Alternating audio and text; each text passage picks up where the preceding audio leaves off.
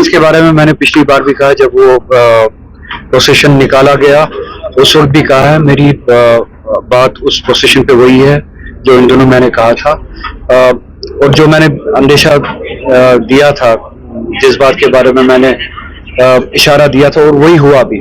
उस प्रोसेशन को उन्होंने इस्तेमाल किया फिर अपने प्रोपेगेंडा के लिए। पार्लियामेंट में आपने देखा होगा कि अमित शाह ने कैसे उस प्रोसेशन का इस्तेमाल किया, और ये झूठ बोल के कि ये प्रोसेशन मुहर्रम के प्रोसेशंस की इजाजत कश्मीर में मिलती नहीं थी, हमने दी, और शिया सुन्नी डिवाइड करने की कोशिश की, ये बता के कि वहाँ पे सुन्नी एडमिनिस्ट्रेशन हुआ करती थी और शियों को मुहर्रम प्रोसेशन निकालने नहीं दिया करती थी। और कैसे इक्वेट किया मुहर्रम प्रोसेशन को सिनेमा के साथ, शराब खानों के साथ। एक list of elements of normalcy Amit Shah ने पोस्ट एब्रोगेशन 370 का जो उन्होंने इल्यूजन ऑफ नॉर्मलसी बताने क्रिएट करने की कोशिश की, और क्या कहा कि क्या किस किस चीज से ये इंडिकेटर्स मिलते हैं कि नॉर्मलसी आई है। उसने उस लिस्ट में सिनेमा का नाम लिया, शराब खानों का नाम लिया, और उसी सेंटेंस में उसने मुहर्रम के उस जुलूस का नाम लिया।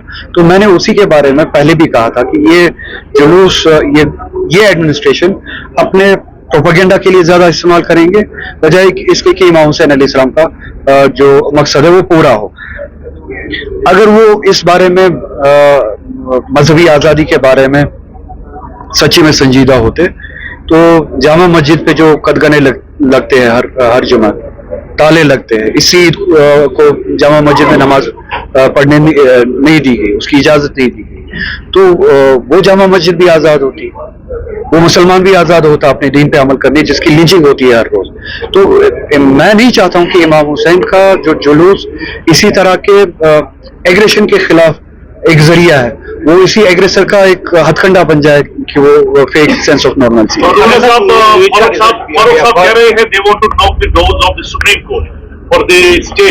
तो इसमें आप थोड़ा बहुत रिएक्शन दीजिए, और उमर साहब भी तैयार है आप स्टेप डाउन होने के लिए, सब्जेक्ट ये कि स्टेटहुड मिलेगा। सर ऐड ऑन करूंगा भी कि अपने चाहे कि स्टेटहुड की बिल जो है पेश की जाएगी अगले पार्लियामेंट के बारे में मुझे नहीं पता। जब अगर बिल पेश होगी तो तब उस पर बात करेंगे, और मैं यही कहूंगा कि ठीक है, कोर्ट में जा सकते हैं, पार्टी जा सकती है, मेरी पार्टी भी जा सकती है, और मैं इतना ही याद दिलाऊंगा हमारी लड़ाई स्टेटहुड की नहीं है, हमारी लड़ाई उससे ज्यादा है। हमारी लड़ाई है वो कॉन्स्टिट्यूशनल गारंटी जो 2019 में हमसे छीने गए।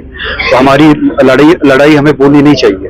बीजेपी ने अपने इलेक्शन मैनिफेस्टो में भी कहा था कि हम स्टेटहुड देंगे, पार्लियामेंट में भी कहा था हम स्टेटहुड देंगे, लोकल बीजेपी ने भी अपने मैनिफेस्टो में कहा था कि हम स्टेटहुड देंगे।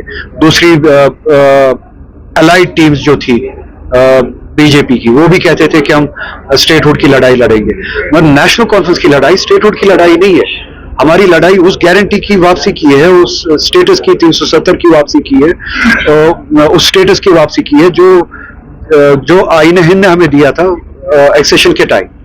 और हमारी लड़ाई जो डिसीजंस 2019 5 अगस्त को लिए गए उनको रिवर्स कराने के लिए।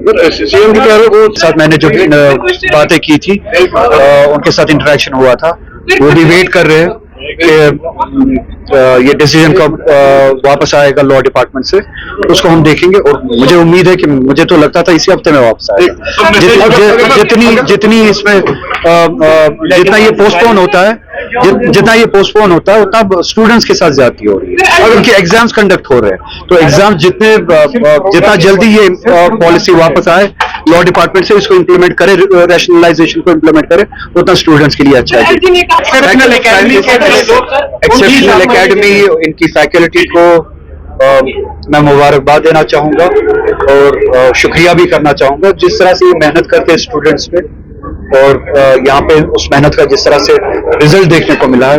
आज भी कुछ एस्पिरेंट्स थे जो शायद इस एकेडमी से जुड़े थे, और उन्होंने एग्जाम्स क्वालिफाई किए, नीट के भी एग्जाम्स क्वालिफाई किए, सिविल सर्विसेज के भी एग्जाम्स क्वालिफाई किए।